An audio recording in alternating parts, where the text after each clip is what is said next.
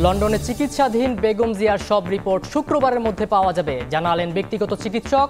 সুস্থতার জন্য দেশবাসীর দোয়া চেয়েছেন বিএনপি চেয়ারপারসন।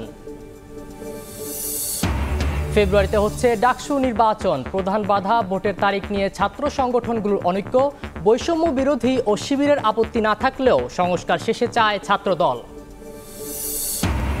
স্বল্পোন্নত দেশের তালিকা থেকে বের হতে প্রস্তুত নন ব্যবসায়ীরা। আরও ৫ বছর সময় চায় বিকেএমইএ। রফতানি বাজারে সুবিধা নিতে শ্রম আইন সংশোধনের পরামর্শ ইইউ রাষ্ট্রদূতের। এবং যুদ্ধবিরতির দ্বার প্রান্তে হামাস ইসরায়েল। কাতারের দোহায় চলা আলোচনা থেকে যে কোনো সময় আসতে পারে সিদ্ধান্ত। ইতিবাচক ফলাফলের চেষ্টায় বাইডেন প্রশাসন।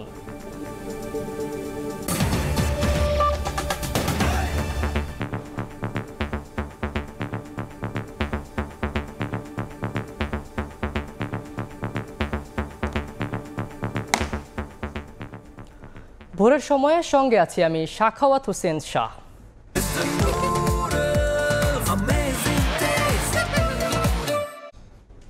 বিএনপি চেয়ারপারসন বেগম খালেদা জিয়ার সব রিপোর্ট আগামী শুক্রবারের মধ্যে পাওয়া যাবে বলে জানিয়েছেন তার ব্যক্তিগত চিকিৎসক ডাক্তার AZM জাহিদ হোসেন।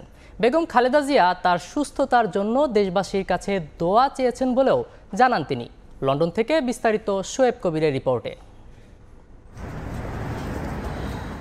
যুক্তরাজ্যের হাসপাতালে চিকিৎসাধীন বিএনপি চেয়ারপারসন বেগম খালেদা জিয়ার পূর্ণাঙ্গ পরীক্ষা নিরীক্ষার রিপোর্ট সোমবার আসার কথা থাকলেও তা পিছিয়ে গেছে। পারিবারিক সান্নিধ্য ও হাসপাতালে চিকিৎসকদের নিবিড় পর্যবেক্ষণে রয়েছেন তিনি। চলছে ফিজিওথেরাপি। সোমবার হাসপাতালের সামনে গণমাধ্যম কর্মীদের এই তথ্য জানান খালেদা জিয়ার ব্যক্তিগত চিকিৎসক ডাক্তার AZM জাহিদ হোসেন। ওনার চিকিৎসার ব্যাপারে দেশবাসী যেমন উদ্বিগ্ন, ঠিক একইভাবে এখানকার চিকিৎসকরা অত্যন্ত নিষ্ঠার সঙ্গে হসপিটালের প্রত্যেকটা স্টাফ তারা কাজ করছে। তিনি আরো বলেন বেগম জিয়ার পরবর্তী চিকিৎসা কতটুকু প্রয়োজন সেই বিষয়ে এখন আলোচনা চলছে। নিজের সুস্থতার জন্য দেশবাসীর কাছে দোয়া চেয়েছেন বিএনপি চেয়ারপারসন। উনি কিন্তু কখনোই নিজের শারীরিক অসুস্থতা মানুষকে প্রকাশ করেন নাই। আপনারা খেয়াল করে দেখবেন ওনার উপর অনেক অত্যাচার নির্যাতন হয়েছে, কিন্তু উনি সবসময় মানুষের কথা বলেছেন। বেগম জিয়ার খবর নিতে যুক্তরাজ্য বিএনপির নেতা কর্মীদের পাশাপাশি হাসপাতালের সামনে ভিড় জমিয়েছেন প্রবাসী বাংলাদেশিরাও। বেগম খালেদা জিয়ার সুস্থতার জন্য দোয়া করবেন, এটাই আমাদের আহ্বান। 3 বারের সাবেক প্রধানমন্ত্রী খালেদা জিয়া দীর্ঘদিন ধরে liver cirrhosis, kidney, diabetes, arthritis সহ শারীরিক নানা অসুস্থতায় ভুগছেন। যুক্তরাজ্যের দি লন্ডন ক্লিনিকে বিএনপি চেয়ারপারসন ও সাবেক প্রধানমন্ত্রী বেগম খালেদা জিয়ার চিকিৎসা চলছে। চিকিৎসকরা বলছেন আগামী শুক্রবারের মধ্যে সব পরীক্ষা নিরীক্ষার রিপোর্ট আসবে এবং এরপরে সিদ্ধান্ত নেওয়া হবে তার পূর্ণাঙ্গ চিকিৎসার। শোয়েব কবির, সময় সংবাদ, লন্ডন। বেগম খালেদা জিয়ার চিকিৎসা এবং সাম্প্রতিক রাজনৈতিক ইস্যুতে বিএনপির স্থায়ী কমিটির বৈঠক অনুষ্ঠিত হয়েছে। সোমবার রাতে রাজধানীর গুলশানে দলীয় চেয়ারপারসনের কার্যালয়ে নিয়মিত এই বৈঠকে লন্ডন থেকে ভার্চুয়ালি যোগ দেন বিএনপির ভারপ্রাপ্ত চেয়ারম্যান তারেক রহমান। উপস্থিত ছিলেন মহাসচিব মির্জা ফখরুল ইসলাম আলমগীর, আমির খসরু মাহমুদ চৌধুরী, ডক্টর আব্দুল মঈন খান, নজরুল ইসলাম খান সহ স্থায়ী কমিটির সদস্যরা। বৈঠকে বেগম খালেদা জিয়ার চিকিৎসার অগ্রগতি জানানো হয়। এছাড়া সাম্প্রতিক রাজনৈতিক ইস্যু নিয়ে দিক নির্দেশনা দেন দলের ভারপ্রাপ্ত চেয়ারম্যান।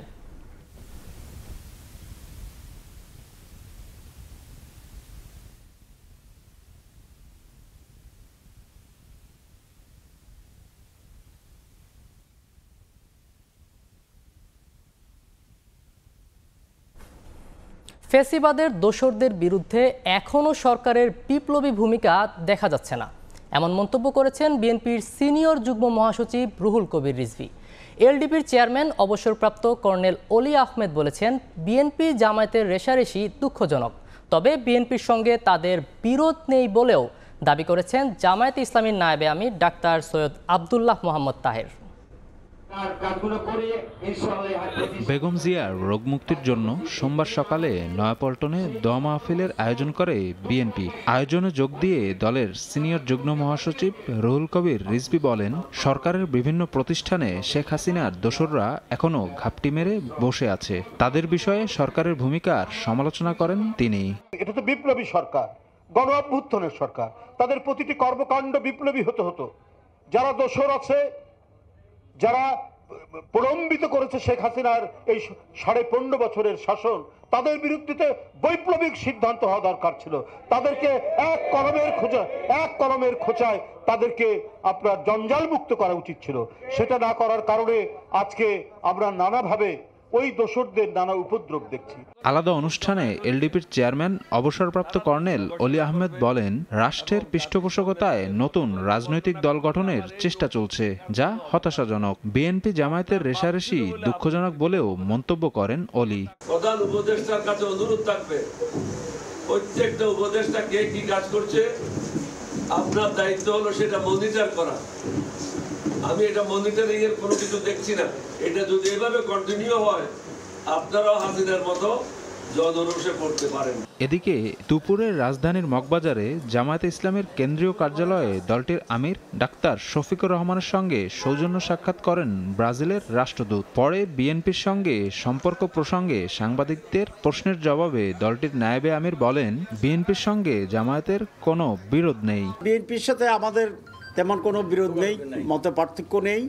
ছোট ছোট ইস্যুগুলোতে কেউ ফেরি বা সাইডে কথা বলছেন, সেটা এত ধর্তব্য বিষয় নয়। বিএনপির নজরুল ইসলাম খান সাহেব, মাননীয় সেক্রেটারি জেনারেল ওদের ফোরসেন সাহেব ভেরি ক্লিয়ারলি বলেছেন যে জামাতের সাথে আমাদের কোনো বিরোধ নেই, আর জামাত এটা ফিল করে না যে বিএনপির সাথে আমাদের কোনো গ্যাপ আছে। We are working together, will work together on the basic points for the interest of the nation. এদিকে ব্যবসা বাণিজ্য সম্প্রসারণে ব্রাজিল আগামীতে বাংলাদেশের সঙ্গে কাজ করবে বলেও জানান রাষ্ট্রদূত পাওলো ফার্নান্দো ডায়াস ফেরেস। শফিক মুন্সি, সময় সংবাদ, ঢাকা। জুলাই গণহত্যায় শেখ হাসিনা সহ জড়িতদের কল রেকর্ড পেয়েছে প্রসিকিউশন। মিলেছে গুমসহ গুরুত্বপূর্ণ তথ্য প্রমাণ, যা সিআইডির ফরেনসিক ল্যাবে পরীক্ষার নির্দেশ দিয়েছেন বিশেষ ট্রাইব্যুনাল। আলামত জব্দ করতে গিয়ে এনটিএমসি সহ কয়েকটি প্রতিষ্ঠানের বিরুদ্ধে অসহযোগিতার অভিযোগ করেছেন প্রসিকিউশন। জুলাই আগস্ট গণহত্যা, সাম্প্রতিক সময়ে এমন নৃশংসতার ঘটনা দেখেনি বাংলাদেশ। এই হত্যাকাণ্ডে শেখ হাসিনাকে প্রধান আসামি করে একাধিক মামলা হয়েছে ট্রাইব্যুনালে। এ নিয়ে মাঠে নেমে চক্ষু চড়ক গাছ পুরো তদন্ত সংস্থার। সোমবার একটি মামলার শুনানি হয় আন্তর্জাতিক অপরাধ ট্রাইব্যুনালে। প্রসিকিউশন জানায়, জুলাই গণহত্যার সময় শেখ হাসিনা ও তার সহযোগীদের কল রেকর্ড ও ডিজিটাল এভিডেন্স সহ নানা তথ্য প্রমাণ হাতে এসেছে, যা যাচাই বাছাইয়ের আবেদনের পর সিআইডিকে সহযোগিতার অনুমতি দিয়েছেন ট্রাইব্যুনাল। বিভিন্ন জায়গার সিসিটিভি ফুটেজ, বিভিন্ন মোবাইলে ধারণকৃত ভিডিও, বিভিন্ন জায়গার কল রেকর্ড, মেসেজ, বিভিন্ন সংস্থার কাছ থেকে, বিভিন্ন ব্যক্তির কাছ থেকে, বিভিন্ন সোর্স থেকে, সংবাদ মাধ্যম থেকে এগুলো আমরা পেয়েছি। সেই ভয়েসগুলো, সেই ভিডিও ফুটেজগুলো, সেই দৃশ্যগুলো, সেই মেসেজগুলো, এগুলোকে ডিজিটালি ফরেনসিক করার জন্য সিআইডির কাছে পাঠানোর ব্যাপারে সিআইডিকে এটার ফরেনসিক রিপোর্ট দেওয়ার জন্য একটা নির্দেশনা চেয়ে একটা পিটিশন মুভ করেছিলাম। এছাড়া গুম নিখোঁজ নিয়ে প্রযুক্তিগত নানা তথ্যপাত্য হাতে এসেছে প্রসিকিউশনের। তারা বলছেন, আলামত সংগ্রহ করতে গিয়ে তথ্য প্রমাণ আড়াল করে রাখা এবং তদবিরের মুখোমুখি পড়তে হয়েছে তাদের। এমনকি কয়েকটি প্রতিষ্ঠানের বিরুদ্ধে ট্রাইব্যুনালে অসহযোগিতার অভিযোগ করেছে প্রসিকিউশন, যদিও অসহযোগিতার কথা বলার সময় এখনো আসেনি বলে জানিয়েছেন চিফ প্রসিকিউটর। বিষয়গুলো এত সফিস্টিকেটেড যে আপনি চাইলেই সবসময় সঠিকভাবে নাও পাইতে পারেন। সুতরাং একদম অসহযোগিতার কথা যদি আসে, সেটা যদি এরকম অ্যাকিউট আমাদের কাছে মনে হয়, তখন আমরা আপনাদেরকে আনুষ্ঠানিকভাবেই বলবো। এদিন জুলাই আগস্টে যাত্রাবাড়ি ও গাজীপুরে গণহত্যার ঘটনায় 2 পুলিশ সদস্যকে আগামী সোমবার হাজির করার নির্দেশ দিয়েছেন ট্রাইব্যুনাল। আফজাল হোসেন, সময় সংবাদ, ঢাকা। প্রথমবার আন্তর্জাতিক অপরাধ ট্রাইব্যুনালে এসে বিচারিক কার্যক্রম পর্যবেক্ষণ করেছেন জুলাই আন্দোলনের প্রথম শহীদ আবু সাইদের পরিবারের সদস্য ও সহযোদ্ধারা। আবু সাইদকে হত্যার ঘটনায় শেখ হাসিনাকে প্রধান আসামি করে 24 জনের বিরুদ্ধে অভিযোগ দাখিল করা হয় ট্রাইব্যুনালে। সাইদ হত্যা মামলায় এজাহারভুক্ত আসামিরা এখনও গ্রেফতার না হওয়ায় ক্ষোভ জানান তারা। পুলিশের গুলির মুখে বুক উঁচিয়ে দাঁড়িয়েছিল আবু সাইদ। 16 জুলাই নিরস্ত্র আবু সাইদকে কাছ থেকে গুলি করে হত্যা করা হয়। সারা দেশে ছড়িয়ে পড়ে আন্দোলনের দাবানল। একের পর এক বাড়তে থাকে লাশের মিছিল। সরকারি হিসেবে এখন পর্যন্ত শহীদের সংখ্যা 826 জন। সোমবার প্রথমবারের মতো আন্তর্জাতিক অপরাধ ট্রাইব্যুনালে আসেন জুলাই গণ অভ্যুত্থানে প্রথম শহীদ আবু সাঈদের বড় ভাই ও সহযোদ্ধারা। আবু সাঈদকে হত্যার ঘটনায় শেখ হাসিনাকে প্রধান আসামি করে 24 জনের বিরুদ্ধে অভিযোগ দাখিল করা হয় ট্রাইব্যুনালে। লোকাল কোর্টে যতই মামলা হোক, যেহেতু এটা ক্রাইমস অ্যাগেনস্ট হিউম্যানিটি, তাদেরকে আমরা বলেছি যে এটা আন্তর্জাতিক অপরাধ ট্রাইব্যুনালে আপনাদের পক্ষ থেকে অভিযোগটা যদি আসে সেটা বরং প্রপার হবে। তো সেই প্রেক্ষিতে ওনারা এসেছেন, যে ওনারা নিজেরাই সিদ্ধান্ত নিয়েছেন যে এখানে আসবেন। তারা আজকে এসে সেই ঘটনাগুলোর বর্ণনা দিচ্ছেন এবং আমাদের কাছে লিখিত অভিযোগ ওনারা দেবেন। এই প্রক্রিয়া চলছে। পরে শহীদ আবু সাঈদের বড় ভাই রমজান আলী এতদিনেও এজাহারভুক্ত আসামি গ্রেফতার না হওয়ায় ক্ষোভ প্রকাশ করেন। জুলাই গণহত্যার বিচারের ধীর গতি নিয়ে প্রশ্ন তোলেন তিনি। এই যে বাংলাদেশে এত বড় একটা আলোচিত আবু সাঈদ হত্যা মামলা, যেটা দিনের আলোর মতো পরিষ্কার, স্পষ্ট দেখা যাইতেছে যে পুলিশের গুলিতে নিহত, তার বিচারের কার্যক্রম নাই কেন? আমরা এখানে মামলা করতে আসি নাই, এখানে আমরা আলোচনা করতে আসছি এবং জানতে আসছি যে বিচারের প্রক্রিয়াগুলো কি। এজাহারভুক্ত আসামিরা তারা এখন পর্যন্ত গ্রেপ্তার হয়নি, তো আমরা সেটিতে অত্যন্ত ক্ষুব্ধ এবং কেন তারা গ্রেপ্তারের আওতায় আসতেছে না, এবং আমরা অনেক জায়গায় দেখেছি তারা স্বপদে বহাল রয়েছেন। সুতরাং সেটি কেন, সেটি জানতে এবং সে বিষয়ে করণীয় এবং আলোচনা করতে আমরা আজকে এখানে হাজির হয়েছি। জুলাই আগস্টের গণহত্যা ও মানবতা বিরোধী অপরাধে জড়িত সব আসামিকে দ্রুত আইনের আওতায় আনার দাবি জানিয়েছেন শহীদ আবু সাঈদের পরিবার। সকল শহীদের বিচার কার্যক্রম নিশ্চিত করার জন্য সহযোগিতা করবে। আতাউর কাউসার, সময় সংবাদ, ঢাকা। পূর্বাঞ্চলে অবৈধভাবে প্লট নেয়ার অভিযোগে দুদকের মামলায় ফাঁসলেন শেখ রেহানা, তার ছেলে ববি ও মেয়ে আজমিনা সিদ্দিক। আর ক্ষমতার প্রভাব খাটিয়ে হুকুমের আসামি হলেন শেখ হাসিনা ও ব্রিটিশ মন্ত্রী টিউলিপ সিদ্দিক। 3 মামলায় সংশ্লিষ্ট রাজুক কর্মকর্তা সহ মোট 47 জনকে আসামি করা হয়েছে। গেল কয়েক সপ্তাহ ধরে পূর্বাঞ্চলে অবৈধভাবে শেখ পরিবারের 60 কাঠার প্লট বরাদ্দের অভিযোগ বেশ জোরে সোরে আলোচনা চলছিল। অভিযোগের সত্যতার খোঁজে মাঠে নামে দুদক। অনুসন্ধানে রাজুক, প্রধানমন্ত্রী কার্যালয় সহ বিভিন্ন দপ্তরে নথিতে মেলে প্লট জালিয়াতির নানা অসঙ্গতি। সোমবার শেখ রেহানা, ববি ও আজমিনা সিদ্দিকের বিরুদ্ধে মামলা করেছে দুদক। মামলার এজাহারে বলা হয়েছে প্রত্যেকের নামে ঢাকায় প্লট থাকার পরও রাজুকের বিধি ভেঙে তারা প্লট নেন। গৃহায়ন ও গণপূর্ত মন্ত্রণালয়ের কর্মকর্তা এবং রাজুকের কর্মকর্তাদের বিরুদ্ধে বেআইনিভাবে ক্ষমতার অপব্যবহার পূর্বক রাজুকের পূর্বাঞ্চল প্রকল্পের প্লট বরাদ্দের অভিযোগে আরও একটি মামলা রুজু করা হয়েছে। মামলার অভিযোগে বলা হয়েছে শেখ হাসিনা সহ জয়পুতুলদের পূর্বাঞ্চলে প্লট নেওয়ার খবর পেয়ে রেহানা সহ ভাই বোনকে প্লট দিতে চাপ দেন ব্রিটিশ মন্ত্রী টিউলিপ সিদ্দিক। তখন প্রধানমন্ত্রী হিসাবে শেখ হাসিনা ক্ষমতার প্রভাব খাটিয়ে নিয়ম ভেঙে সবার জন্য প্লটের ব্যবস্থা করেন। ব্রিটিশ পার্লামেন্টের সদস্য হিসাবে বেআইনিভাবে তার খালা প্রধানমন্ত্রী শেখ হাসিনাকে প্রভাবিত করেছেন মর্মে অনুসন্ধান দলের কাছে তথ্যাদি রয়েছে। তারই আলোকে অনুসন্ধান দলের প্রতিবেদনের সুপারিশের প্রেক্ষিতে এই মামলায় তাকে অন্তর্ভুক্ত করার সিদ্ধান্ত গৃহীত হয়েছে। ইতিমধ্যে সাইমা ওয়াজেদ পুতুলের বিরুদ্ধে প্লট বরাদ্দে অনিয়মের ঘটনায় মামলা করেছে দুদক। এছাড়া প্লট নেয়ায় শেখ হাসিনা ও সজীব ওয়াজেদ জয়ের বিরুদ্ধে আরও 2টি মামলা হবে বলে জানা গেছে। তাসলিম তৌহিদ, সময় সংবাদ, ঢাকা। ফেব্রুয়ারিতে হচ্ছে ডাকসু নির্বাচন। জানুয়ারির মধ্যেই রোড ম্যাপ দেওয়ার প্রস্তুতি বিশ্ববিদ্যালয় প্রশাসনের, কিন্তু এতে প্রধান বাধা ভোটের তারিখ নিয়ে ছাত্র সংগঠনগুলোর অনৈক্য। বৈষম্য বিরোধী ছাত্র আন্দোলন ও ছাত্র শিবির ফেব্রুয়ারির মধ্যে ভোট চাইলেও এতে একমত নয় ছাত্রদল ও ছাত্র ইউনিয়ন। সংস্কার শেষে স্থিতিশীল পরিবেশে নির্বাচনের দাবি এই 2টি ছাত্র সংগঠনের। নাজমুল হাসান রাজুর ক্যামেরায় হাসান ওয়ালির প্রতিবেদন।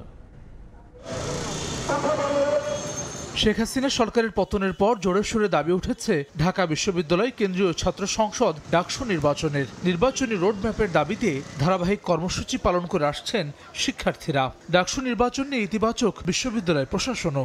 ফেব্রুয়ারির মধ্যে ভোট আয়োজনের পরিকল্পনা জানালেন প্রক্টর। ফেব্রুয়ারির মধ্যে ডাকসু নির্বাচন হওয়াটা মোটামুটি একটা গ্রহণযোগ্য সময়। গঠনতন্ত্রের সংস্কার না করে ডাকসু নির্বাচনটা কার্যকরী হবে না, সেই জন্য আমরা ডাকসুর গঠনতন্ত্র সংস্কারের জন্য একটা কমিটি গঠিত হয়ে গেছে।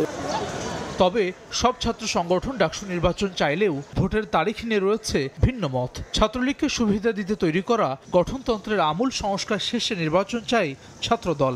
একই সুর ছাত্র ইউনিয়নেরও। তৎকালীন প্রশাসন ছাত্রলীগকে সুবিধা করে দেওয়ার জন্য এবং নির্বাচনে জিতিয়ে আনার জন্য তারা গঠনতন্ত্রে যে ধরনের বিধান সংযুক্ত করেছে, গঠনতন্ত্রের অধীনে যদি আবার ডাকসু নির্বাচন হয় এবং সেই ডাকসু নির্বাচন কিন্তু আসলে প্রশ্নবিদ্ধ থেকে যাবে। ফেসিবাদের দোসররা বিভিন্ন নামে বেনামে এখনও কিন্তু হল পর্যায়ে রয়ে গেছে। এই ভিত্তিতে আমি বলতে চাই যদি অতি দ্রুত সময়ের মধ্যে ডাকসু নির্বাচন হয় তাহলে ডাকসু কেন্দ্রিক যে আমাদের আবেগের জায়গা, অনুভূতির জায়গা, ডাকসু নিয়মিত হোক আমাদের যে চাওয়া, সে চাওয়ার অবশ্যই ব্যত্যয় ঘটবে। পেশি শক্তি রাজনীতি করতেই অনেকে দ্রুত নির্বাচনের বিরোধিতা করছে বলে অভিযোগ বৈষম্য বিরোধীদের। ফেব্রুয়ারির মধ্যে নির্বাচন আয়োজনের দাবি ছাত্র শিবিরের। আমরা নতুন করে আসলে এরকম আবার পাওয়ার পলিটিক্সের রাজনীতিকে আমরা এক্সপিরিয়েন্স করতে চাই না। আমরা চাইছি বিশ্ববিদ্যালয়ের যে ছাত্র সংসদ কেন্দ্রিক ছাত্র রাজনীতি সেটি আসলে শক্তিশালী হোক। আমরা দ্রুত সময়ের ভেতরে অন্তত রোডম্যাপটা চাই যে কত সময়ের ভেতরে এটা হতে পারে। আমরা চাই যে দ্রুত সময়ের ভেতরে এটা হোক। সংস্কার এবং যে ডাকসু নির্বাচনের যে প্রক্রিয়া, সেই প্রক্রিয়া একই সাথে চলতে পারে বলে আমরা মনে করি। 5ই আগস্টের পর যদি আমি বলি খুব স্পষ্টতভাবে শিক্ষার্থীরা সকল পর্যায়ে কিন্তু তারা চায় তারা নিজে ভোট দিয়ে তাদের ইচ্ছে মতো প্রতিনিধিকে নির্বাচন করবে এবং সেই প্রতিনিধিরা হচ্ছে যে তাদের প্রতিনিধিত্ব করবে এবং সমস্যাগুলো তুলে ধরবে, সমাধান করবে। দীর্ঘ 28 বছর পর 2019 সালে অনুষ্ঠিত হয় সবশেষ ডাকসু নির্বাচন। পরবর্তীতে দাবি উঠলেও নির্বাচন আয়োজনে উদ্যোগ নেয়নি বিশ্ববিদ্যালয় প্রশাসন। ডাকসু গঠনতন্ত্র পরিবর্তন, পরিমার্জন কিংবা নির্বাচন আয়োজন, সব সিদ্ধান্তে ছাত্র সংগঠনগুলোর ঐক্যমত্যের উপর জোর শিক্ষার্থীদের। অন্যথায় নির্বাচন কিংবা পরবর্তীতে অস্থিতিশীল পরিবেশ সৃষ্টির আশঙ্কা তাদের। হাসান ওয়ালি, সময় সংবাদ, ঢাকা। মালয়েশিয়ায় বাংলাদেশি কর্মীদের জন্য মাল্টিপল ভিসা ইস্যুর আহ্বান জানিয়েছেন প্রধান উপদেষ্টা ডক্টর মোহাম্মদ ইউনূস। সোমবার সকালে দেশটির হাই কমিশনার সৌজন্য সাক্ষাৎ করতে এলে এই আহ্বান জানান তিনি। গত বছর বাদ পড়া 18,000 বাংলাদেশিকে মালয়েশিয়ায় প্রবেশের সুযোগ দিতেও আহ্বান জানান ডক্টর ইউনূস। সোমবার প্রধান উপদেষ্টার বাসভবন যমুনায় তার সঙ্গে সাক্ষাৎ করেন বাংলাদেশে নিযুক্ত মালয়েশিয়ান হাইকমিশনার সুহাদা ওসমান। এ সময় দুদেশের স্বার্থ সংশ্লিষ্ট গুরুত্বপূর্ণ ইস্যুতে আলোচনা হয়। এ সময় প্রধান উপদেষ্টা ডক্টর মোহাম্মদ ইউনূস মালয়েশিয়ায় প্রবেশের জন্য বাংলাদেশি কর্মীদের মাল্টিপল ভিসা চালুর অনুরোধ জানান। এ সময় তিনি গত বছর মালয়েশিয়ায় যেতে না পারা 18,000 বাংলাদেশি কর্মীর জন্য সে দেশে প্রবেশের সুযোগ সৃষ্টির আহ্বান জানান। ডক্টর ইউনূস মালয়েশিয়ার বিভিন্ন কারখানা বাংলাদেশে স্থাপনের আহ্বান জানিয়ে বলেন, এতে বাংলাদেশের যুব শক্তির সুফল পাবে মালয়েশিয়া। এ সময় চলতি বছরের শুরুতে আসিয়ানের সভাপতি হিসেবে দায়িত্ব নেয় মালয়েশিয়াকে স্বাগত জানিয়ে তিনি বলেন, বাংলাদেশ আসিয়ানের সেক্টরাল ডায়ালগ পার্টনার হতে আগ্রহী, এই জন্য তাদের সহায়তা কামনা করেন তিনি। বাংলাদেশে বিনিয়োগের আহ্বান জানিয়ে দুদেশের মধ্যে সম্পর্ক আরও মজবুত হবে বলে প্রত্যাশা করেন প্রধান উপদেষ্টা ডক্টর মোহাম্মদ ইউনূস। নাজমুস সালেহী, সময় সংবাদ, ঢাকা। সীমান্তে উত্তেজনার জেরে ভারতীয় রাষ্ট্রদূতকে তলবের পরদিন বাংলাদেশের ভারপ্রাপ্ত হাইকমিশনার নুরুল ইসলামকে তলব করেছে নয়াদিল্লি। একই সঙ্গে ভারতীয় পররাষ্ট্র মন্ত্রণালয়ের দাবি, বিধি মেনেই সীমান্তে কাঁটাতারের বেড়া নির্মাণ করা হচ্ছে। নয়াদিল্লি ও ঢাকার মধ্যে বাড়তে থাকা উত্তেজনার বিষয়ে আলোচনা করতে তাকে তলব করা হয়। দুই দেশের সীমান্তের নির্দিষ্ট 5টি জায়গায় ভারত বেড়া নির্মাণের চেষ্টা করছে বলে সম্প্রতি অভিযোগ করে বাংলাদেশ। এ বিষয়ে আলোচনার জন্য রোববার ঢাকায় নিযুক্ত ভারতীয় হাইকমিশনার প্রণয় ভার্মাকে তলব করা হয়।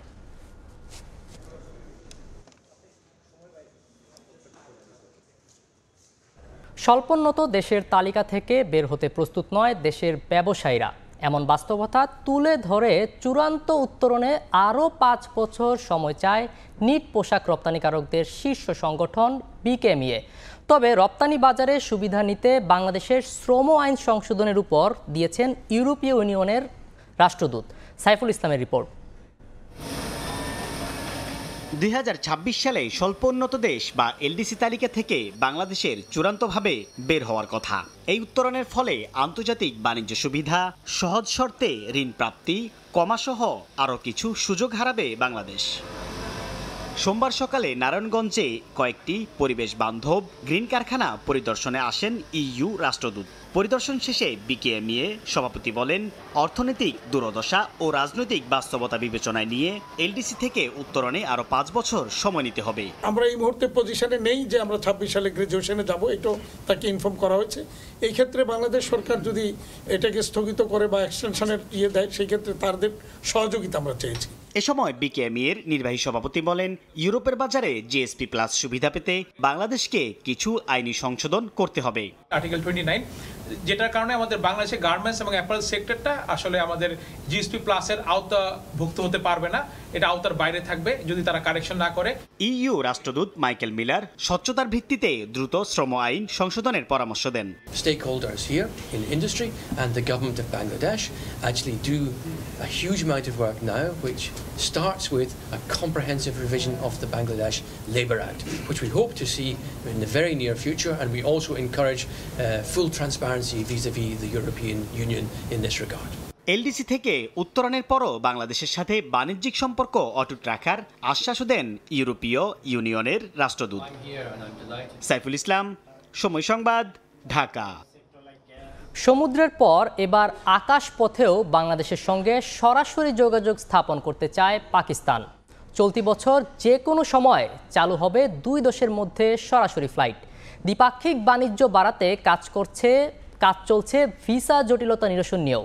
সোমবার দুপুরে রাজধানীতে বাংলাদেশ পাকিস্তান বিজনেস ফোরামে এসব কথা জানান ঢাকায় নিযুক্ত পাকিস্তানি হাইকমিশনার। ছাত্র জনতার গণ অভ্যুত্থানে আওয়ামী লীগ সরকারের পতনের পর নতুন করে আলোচনায় এসেছে পাকিস্তান বাংলাদেশ সম্পর্ক। অন্তর্বর্তী সরকার দায়িত্ব নেওয়ার পর থেকে বেড়েছে দুদেশের মধ্যে বাণিজ্যিক ও কূটনৈতিক যোগাযোগ। এরই মধ্যে করাচি ও চট্টগ্রাম বন্দরের মধ্যে সরাসরি জাহাজ চলাচলও শুরু হয়েছে।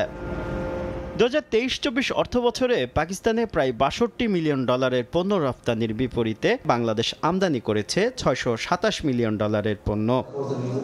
বাণিজ্যিক সম্পর্ক আরও শক্তিশালী করতে এবার ঢাকার সঙ্গে সরাসরি বিমানের ফ্লাইট চালুর ঘোষণা দিলেন ঢাকায় নিযুক্ত পাকিস্তানি হাই কমিশনার। বললেন, চলতি বছরই শুরু হচ্ছে বিমান চলাচল। Bangladeshi airline that starts, where it's a Pakistani airline, it doesn't matter. We have to connect the people. It is just a matter of time. Both sides are actually working on it. I'm pretty sure it's going to happen in 2025. Inshallah, it is definitely. সোমবার ঢাকা সফররত পাকিস্তানি ব্যবসায়ীদের নিয়ে রাজধানীর একটি হোটেলে আয়োজিত সভায় ফ্লাইটের পাশাপাশি ভিসা জটিলতার প্রসঙ্গও উঠে আসে। এসব সমাধান হলে বাংলাদেশে কৃষি, পর্যটন, টেক্সটাইল ও সিরামিক্স সহ বিভিন্ন খাতে পাকিস্তানি বিনিয়োগের সম্ভাবনার কথাও উল্লেখ করেন বক্তারা।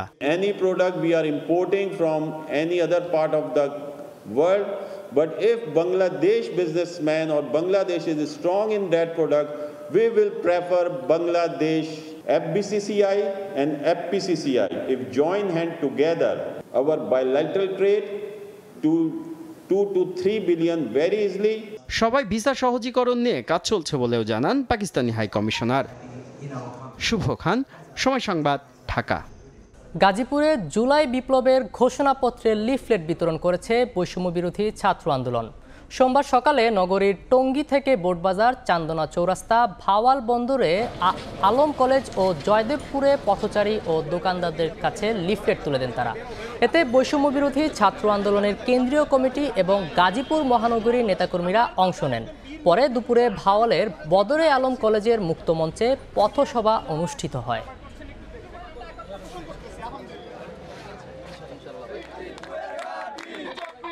রাজপথে নেমে রক্ত দিয়েছেন, শহীদ হয়েছেন, তাদের আত্মত্যাগ স্বীকার করেছেন, অনেকে হাত হারিয়েছেন, পা হারিয়েছেন, চোখ হারিয়েছেন। কেন, কি আকাঙ্ক্ষায়, কোন ধরনের বাংলাদেশ তারা দেখতে চান, তাদের কাছ থেকে এই কথাটি জানার জন্য আমরা তাদের সাথে সংযোগ করছি এবং আমরা জনগণের এই আকাঙ্ক্ষাটাই জুলাই গণঅভ্যুত্থানে ঘোষণাপত্রে দেখতে চাই।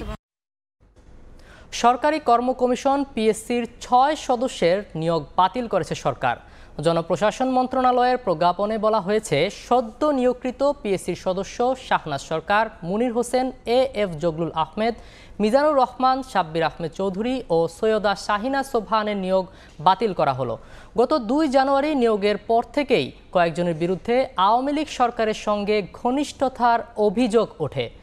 8 জানুয়ারি সুপ্রিম কোর্টের এক আদেশে তাদের শপথ স্থগিত রাখা হয়।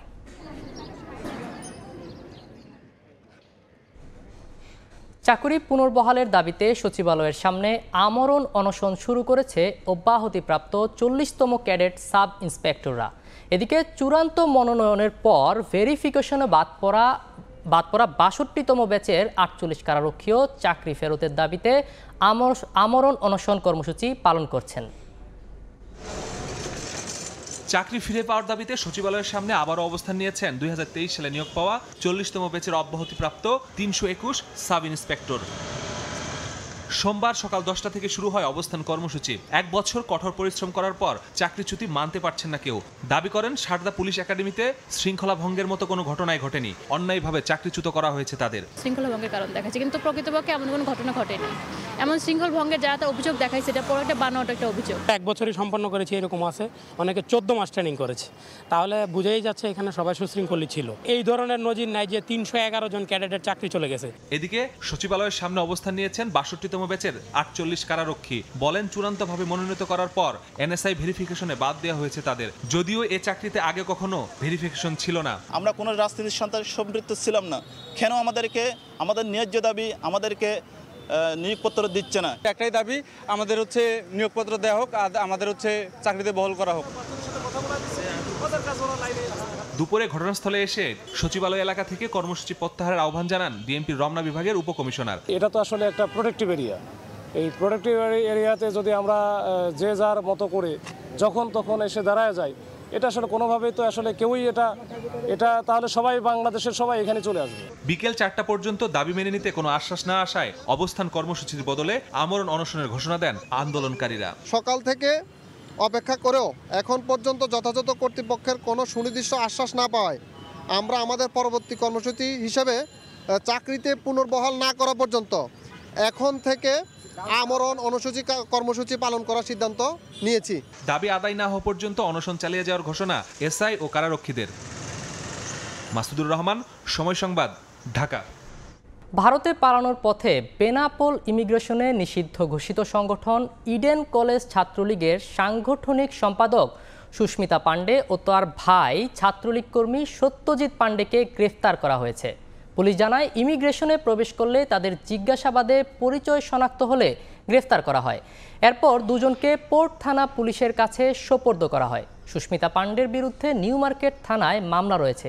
এদিকে ভারতে পালিয়ে যাওয়ার সময় ঢাকা বিশ্ববিদ্যালয়ের ফজিলাতুন্নেসা মুজিব হল ছাত্রলীগের সভাপতি বেনজির হোসেন নিশিকে সাতক্ষীরার দেবহাটা এলাকা থেকে গ্রেফতার করেছে ঢাকার গোয়েন্দা পুলিশ।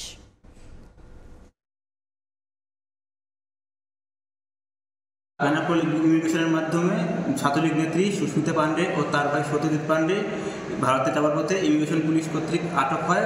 পরবর্তীতে তারা আমাদের বেনাপোল থানায় সোপর্দ করলে আমরা, যেহেতু তাদের নামে মামলা রয়েছে, আমরা সংশ্লিষ্ট থানায় তাদের সোপর্দ করব। বগুড়ায় জুলাই বিপ্লবের ঘোষণাপত্রে লিফলেট বিতরণ করেছে বৈষম্য বিরোধী ছাত্র আন্দোলন ও জাতীয় নাগরিক কমিটি। সোমবার বিকেলে শহরের বিভিন্ন স্থানে লিফলেট বিতরণ করা হয়। এতে প্রধান অতিথি হিসেবে ছিলেন জাতীয় নাগরিক কমিটির কেন্দ্রীয় সংগঠক সাকিব মাহদি। জুলাই গণঅভ্যুত্থানের দালিলিক ভিত্তিক ঘোষণাপত্র উল্লেখ করে অবিলম্বে জুলাই ঘোষণাপত্র প্রকাশ করতে অন্তর্বর্তী সরকারের প্রতি আহ্বান জানান তিনি। এরই সঙ্গে ঘোষিত 7 দফা দাবির পক্ষে জনমত গঠনের জন্য নেতাকর্মীদের নির্দেশনা দেওয়া হয়।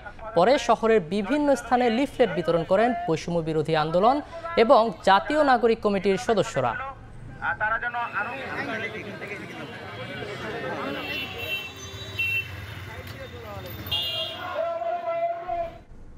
দেশের পানি সম্পদ ব্যবস্থাপনায় ছোট নদী, খাল, বিল সংস্কার ও খননে 100 বছর মেয়াদে নেওয়া হয় ডেল্টা প্ল্যান। এ পরিকল্পনার আওতায় রংপুর অঞ্চলে 489 কোটি টাকা খরচ করেছে পানি উন্নয়ন বোর্ড। তবে বেশিরভাগ ক্ষেত্রেই ডেল্টা প্ল্যানের লক্ষ্য ও উদ্দেশ্য বাস্তবায়ন হয়নি। নদী গবেষকদের মতে বিজ্ঞানসম্মতভাবে খনন না করায় অর্থের অপচয় হয়েছে। শাকিল মাহমুদের ছবিতে নাজমুল ইসলামের রিপোর্ট। ডেল্টা প্ল্যান অনুযায়ী 2019 সালে রংপুরের বুড়াল নদীর 30 কিলোমিটার খনন কাজ শুরু করে পানি উন্নয়ন বোর্ড, যা শেষ হয় 2021 সালে। তবে খননের পর নদী পরিণত হয় সরু নালায়।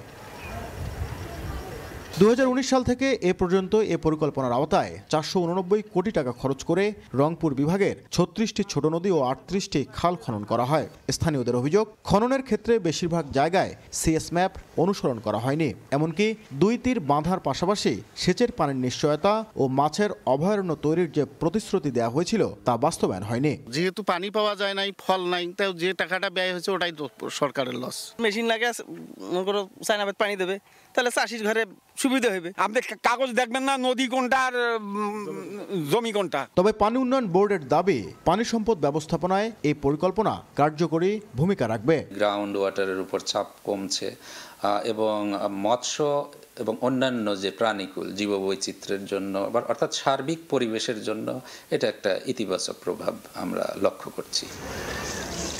স্থানীয়রা বলছেন, বছরের অধিকাংশ সময় সব নদীনালা খালবিলে কোনো পানি থাকে না।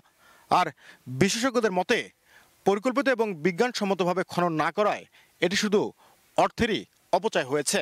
বিশেষজ্ঞরা বলছেন, বিচ্ছিন্নভাবে নদী ও খাল খননের আগে মূল নদীর সঙ্গে শাখা নদীগুলোর সংযোগ স্থাপনে গুরুত্ব দিতে হবে। তা না হলে পরিকল্পনা কোনো কাজে আসবে না। নদী ক্ষতিগ্রস্ত হয়েছে, নদীর তলদেশ ক্ষতিগ্রস্ত হয়েছে, পানির উৎস না থাকার কারণে নদীর প্রবাহটাও ফেরে নাই।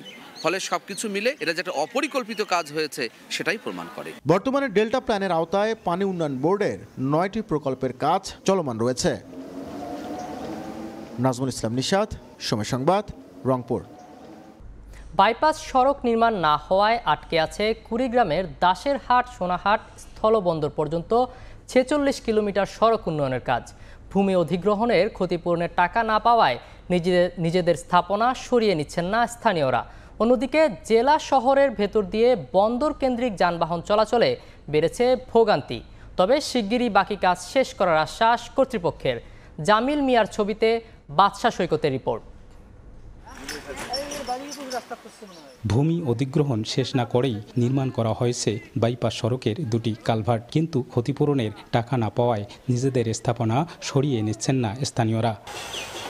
2021 সালে কুড়িগ্রাম সদর উপজেলার দাসেরহাট থেকে ভুরুঙ্গামারী উপজেলার সোনাহাট স্থলবন্দর পর্যন্ত 46 কিলোমিটার সড়ক জাতীয় সড়কে উন্নয়নের কাজ শুরু করে সড়ক বিভাগ। এর মধ্যে সোনাহাট থেকে সদরের তারামন বিবির মোড় পর্যন্ত 41 কিলোমিটার সড়কের উন্নয়ন কাজ শেষ হলেও কোনো অগ্রগতি নেই তারামন বিবির মোড় থেকে দাসেরহাট পর্যন্ত বাকি 5 কিলোমিটার বাইপাস সড়কের কাজ। এতে জেলা শহরের ভিতর দিয়ে বন্দর কেন্দ্রিক যানবাহন চলাচলে বেড়েছে ভোগান্তি।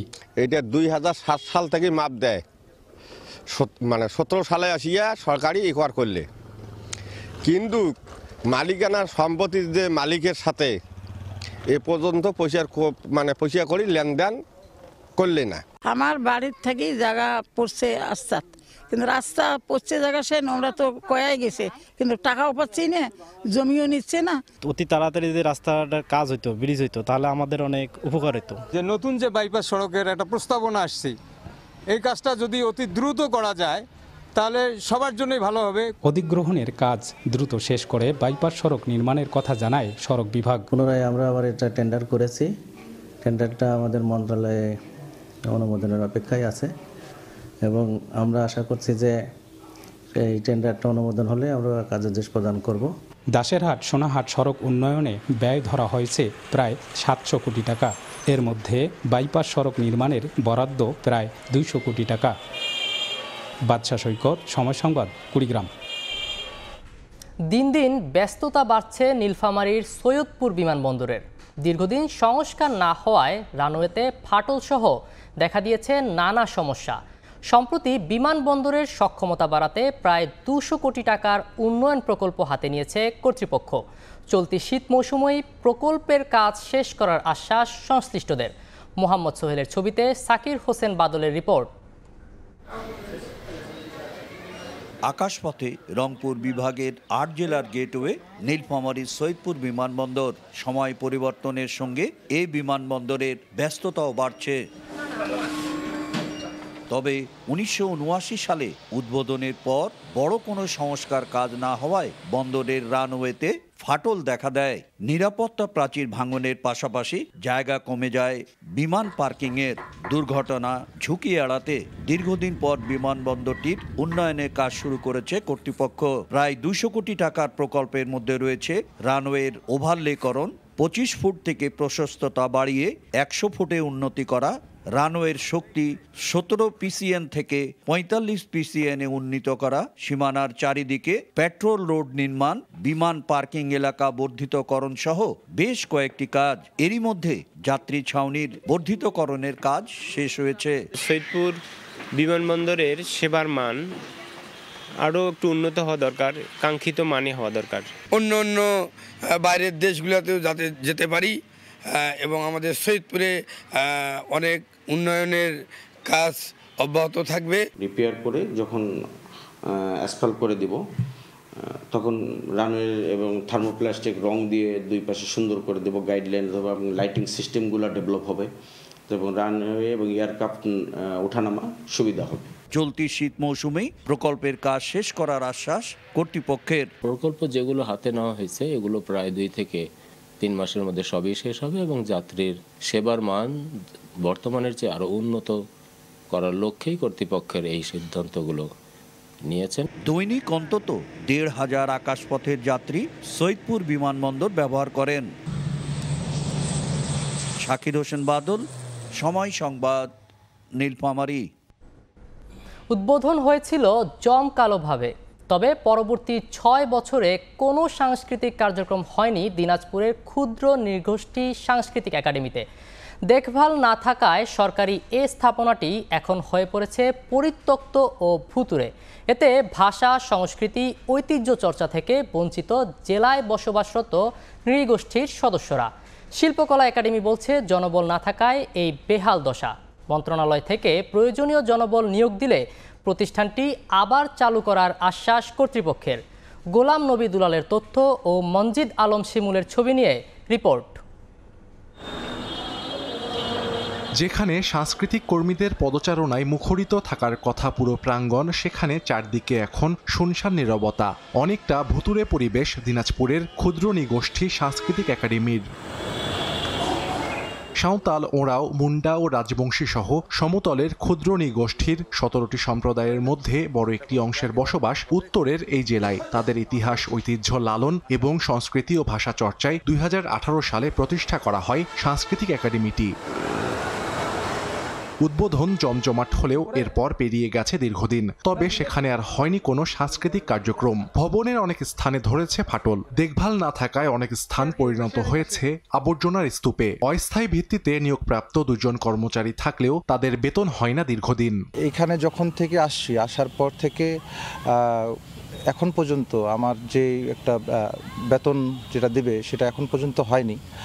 ইভেন এখানে সেরকম কোনো প্রোগ্রামও এখন পর্যন্ত হয়নি। এই পর্যন্ত কোনো স্যাংশন দেওয়া হয় নাই এবং এই একাডেমিকে চালু করার জন্য কোনো ব্যবস্থাই নেওয়া হয় নাই। বিল্ডিংয়ে ফাটল ধরেছে, মরিচা ধরেছে, জানলা টানলা নষ্ট হয়ে যাচ্ছে। জোর গলায় বলতে চাই এই সরকারকে, বর্তমান সরকারকে, যাতে একাডেমি অচিরেই চালু করা হয়। জনবল সংকটের কথা উল্লেখ করে জেলা শিল্পকলা একাডেমির কর্মকর্তা বলছেন, সাংস্কৃতিক একাডেমিটির কার্যক্রম চালুর বিষয়ে একাধিকবার চিঠি দেয়া হয়েছে মন্ত্রণালয়ে। মূল ঘাটতিটাই হচ্ছে জনবলের। কাজের আন্তরিকতার কোনো অসুবিধে নেই আমাদের। যতটুকু জেনেছি যে আমরা আসলে খুব অতি শীঘ্রই এটি জনবল পাচ্ছি এবং এটির কার্যক্রম অতি শীঘ্রই শুরু হচ্ছে। জেলা শহরে 7 কোটি 81 লাখ টাকা ব্যয়ে নির্মাণ করা হয় ক্ষুদ্র নৃগোষ্ঠী সাংস্কৃতিক একাডেমিটি। সময় সংবাদ, দিনাজপুর। পাঠ্যবই থেকে আদিবাসী গ্রাফিতি সরিয়ে ফেলার প্রতিবাদে গ্রাফিতি অঙ্কন কর্মসূচি পালন করেছে ক্ষুদ্র নৃগোষ্ঠীর শিক্ষার্থীরা। সোমবার রাতে ঢাকা বিশ্ববিদ্যালয় এলাকায় এ কর্মসূচি পালন করেন তারা। সম্প্রতি 9ম ও 10ম শ্রেণীর বাংলা ব্যাকরণ বইয়ের পেছনের প্রচ্ছদ থেকে আদিবাসী গ্রাফিতি সরিয়ে ফেলে জাতীয় শিক্ষাক্রম ও পাঠ্যপুস্তক বোর্ড। এতে ক্ষুব্ধ প্রতিক্রিয়া জানান তারা। এদিকে পাঠ্য বই থেকে আদিবাসী গ্রাফিতি সরানোর কারণ হিসেবে এনসিটিভি জানিয়েছে, সংবিধানে আদিবাসী শব্দের ব্যবহার না থাকায় এমন সিদ্ধান্ত নেওয়া হয়েছে। যে আদিবাসী শব্দতার জন্য পাঠ্যপুস্তক থেকে যেটা বাতিল করা হইলো, আমরা সেটা বারবার লেখার চেষ্টা করছি। এখানে সব জাতি যাতে সুন্দরভাবে বেঁচে থাকতে পারে, সবাই অধিকার নিয়ে যাতে থাকতে পারে, এই সে ইনক্লুসিভ যে চিন্তাভাবনা থেকে আমরা এই দাবিটা জানাচ্ছি। আমরা চাই হচ্ছে আমাদের এই অন্তর্বর্তীকালীন সরকার সংবিধান সংস্কার করে বা পরিবর্তন করে হোক, আমাদেরকে সাংবিধানিকভাবে স্বীকৃতি দেওয়া হোক, আদিবাসী হিসেবে স্বীকৃতি দেওয়া হোক। স্বাস্থ্যসেবা বঞ্চিত গাইবান্ধার চরাঞ্চলের বাসিন্দারা জেলার বিভিন্ন চরে 30টি কমিউনিটি ক্লিনিক থাকলেও নিয়মিত পাওয়া যায় না স্বাস্থ্য সহকারীদের। এ কারণে চিকিৎসার জন্য চরবাসীদের উপজেলা স্বাস্থ্য কমপ্লেক্সে যেতে পাড়ি দিতে হয় মাইলের পর মাইল বালুর পথ। অবশ্য শিগগিরই এ বিষয়ে ব্যবস্থা নেওয়ার আশ্বাস সিভিল সার্জনের। বিপ্লব ইসলামের রিপোর্ট। শুষ্ক মৌসুমে গাইবান্ধা সদর, সুন্দরগঞ্জ, ফুলছড়ি ও সাঘাটা উপজেলার চরাঞ্চল এখন বালুতে ঢাকা। বাণিজ্য ও স্বাস্থ্যসেবার জন্য চরের বাসিন্দাদের পাড়ি দিতে হচ্ছে দীর্ঘ পথ। জেলার চরাঞ্চলে 30টি কমিউনিটি ক্লিনিক রয়েছে, কিন্তু বাসিন্দাদের অভিযোগ সেখানে নিয়মিত পাওয়া যায় না স্বাস্থ্য সহকারীদের। এছাড়া চাহিদার তুলনায় অপ্রতুল ওষুধ সরবরাহ। এ কারণে স্বাস্থ্যসেবার জন্য তাদের উপজেলা স্বাস্থ্য কমপ্লেক্সে যেতে পাড়ি দিতে হয় মাইলের পর মাইল বালুর পথ। মিনিমাম একটা জ্বর, সর্দির, কাশি এগুলো চিকিৎসা নিতে হলেও তারা দীর্ঘ 7-8 কিলোমিটার পথ পাড়ি দিয়ে তাদের চিকিৎসা নিতে হয়। ডাক্তারদেরকে অ্যাপয়েন্টমেন্ট দেওয়া হয়েছে, তারা সঠিক সময়ে যাচ্ছে না এবং তারা যাইতে চায় না আর কি। প্রসব বেদনা উঠলেও রাস্তার মধ্যেই প্রসব বেদনা হয়, বাচ্চা হয়, ডেলিভারি হয়। যাইতে যাইতে এমনও আছে তার মৃত্যু ঘটে। বর্তমান সরকারের কাছে যে এরকম প্রত্যেকটা ওয়ার্ডে একটা করে স্থায়ী কমিউনিটি ক্লিনিক হওয়ার দরকার। ক্লিনিকগুলো একটু দূরত্ব অনেক, তো এই জন্য আমার এই ক্লিনিকের কাছাকাছি জন্য এখানে একটু রোগীর চাপটা বেশি আসে। সমাজকর্মীরা বলছেন, চরের মানুষের স্বাস্থ্যসেবা বাড়াতে সরকারের পাশাপাশি বেসরকারিভাবে সহযোগিতা সহ উদ্যোগ প্রয়োজন। চর বেল্টেই কিছু অ্যাক্টিভিটি গ্রহণ করা দরকার, যেখানে ওই এলাকার লোকজন তারা তাদের কমিউনিটির থেকে এই সুযোগ সুবিধাগুলো তৈরি করবে। পরিস্থিতির সত্যতা স্বীকার করে ব্যবস্থা নেওয়ার আশ্বাস সিভিল সার্জনের। যদি ডাক্তারের সংখ্যা বৃদ্ধি করা যায় গ্রাম অঞ্চলে বিশেষ করে, এবং যাতায়াতটা সুনিশ্চিত করা গেলে অবশ্যই ডাক্তার সেখানে গিয়ে সেবা দিতে পারবে। গাইবান্ধার 4 উপজেলায় ছোট বড় 165টি চর রয়েছে। বিপ্লব ইসলাম, সময় সংবাদ, গাইবান্ধা। উত্তরের জনপদে শীতের দাপট, হিমশীতল বাতাসে কাবু জনজীবন। শীতের আরও খবর জানাতে পঞ্চগড়ে আছেন রিপোর্টার সোহাগ হায়দার এবং রংপুরে আছেন সহকর্মী আব্দুর রশিদ জীবন। সরাসরি প্রথমেই যাচ্ছি সোহাগের কাছে। সোহাগ, দেখুন, উত্তরের জেলা পঞ্চগড়ে কিন্তু গত দুদিন ধরে তাপমাত্রার পারদ বেড়ে গিয়ে কিন্তু শীতের তীব্রতা কিছুটা কমলেও কিন্তু আজকে বলা যায় যে শীতের তীব্রতা পুনরায় বেড়েছে। আমরা দেখেছি গতকাল রাত থেকে এ জেলায় কিন্তু একটা কনকনে শীত অনুভূত হচ্ছে। আজকে তেঁতুলিয়া আবহাওয়া পর্যবেক্ষণ কেন্দ্রের সাথে কথা বলেছি, সেখান থেকে আমাদের জানানো হয়েছে যে আজকে যে সকাল 6টায় তাপমাত্রা সেটা কিন্তু 9.8 ডিগ্রি সেলসিয়াস রেকর্ড করা হয়েছে।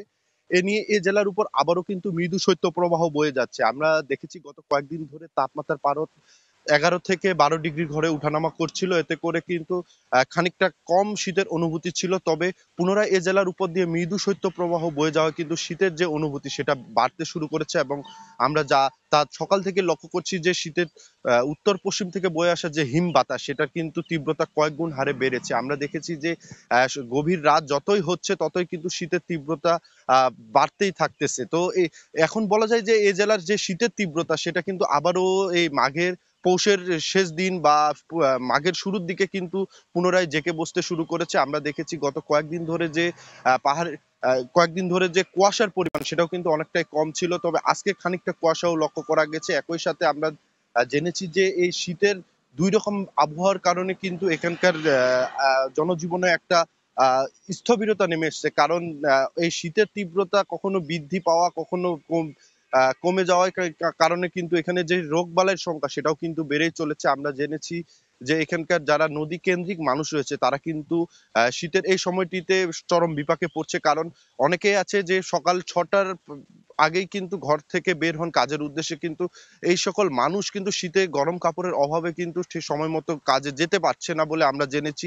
অনেকেই বলছে যে সরকারিভাবে যে সকল শীতবস্ত্র বিতরণ করা হচ্ছে সেগুলো কিন্তু পর্যাপ্ত না থাকায় এই জেলায় যারা নিম্ন আয়ের সাধারণ মানুষ রয়েছে তাদের কাছে কিন্তু সেই সরকারি শীতবস্ত্র এখনো ঠিক মতো পৌঁছাচ্ছে না। তো আমরা দেখেছি যে এই সরকারের পাশাপাশি কিন্তু যারা বিত্তবান রয়েছে তাদেরও এগিয়ে আসার আহ্বান জানিয়েছে স্থানীয় জনসচেতন ও এখানকার মানুষেরা। তো আমরা দেখেছি বাংলাদেশ সেনাবাহিনী এবং বিজিবির পক্ষ থেকেও কিন্তু শীতবস্ত্র বিতরণ করা হয়েছে। তারাও বলছেন যে যারা দেশের বিত্তবান রয়েছে এই সকল এই জেলার মানুষ যারা রয়েছে নিম্ন আয়ের মানুষ তাদের পাশে এসে যেন দাঁড়ায়। তবে আবহাওয়া অফিস বলছে যে সামনে আরো শীতের তীব্রতা বাড়বে এবং তাপমাত্রার পারদ আরো কমবে।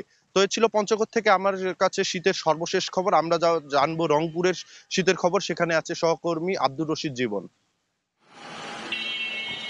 ডিসেম্বর থেকে শীতের শুরু হলেও মূলত তীব্র শীত জেঁকে বসে জানুয়ারির শুরু থেকে, এবং আমি যদি বলি রংপুর সহ রংপুরের আশেপাশের যে জেলাগুলো রয়েছে সেই জেলাগুলোতে কিন্তু এই মুহূর্তে কনকনে শীতে একেবারে যারা সাধারণ মানুষ রয়েছেন তারা কিন্তু একেবারে কাহিল হয়ে পড়েছেন, এবং বিশেষ করে যারা শ্রমজীবী খেটে খাওয়া মানুষ, ছিন্নমূল মানুষ, তারা কিন্তু এই শীতের শুরু থেকেই কিন্তু মানবেতর জীবনযাপন করছেন। কারণ এই তীব্র শীতে তাদের যেমন বের হতে কষ্ট হচ্ছে, শ্রমজীবীদের কর্মক্ষেত্রে যেতে কষ্ট হচ্ছে, এবং একই সাথে তাদের কিন্তু কর্মঘণ্টাও কমে গেছে।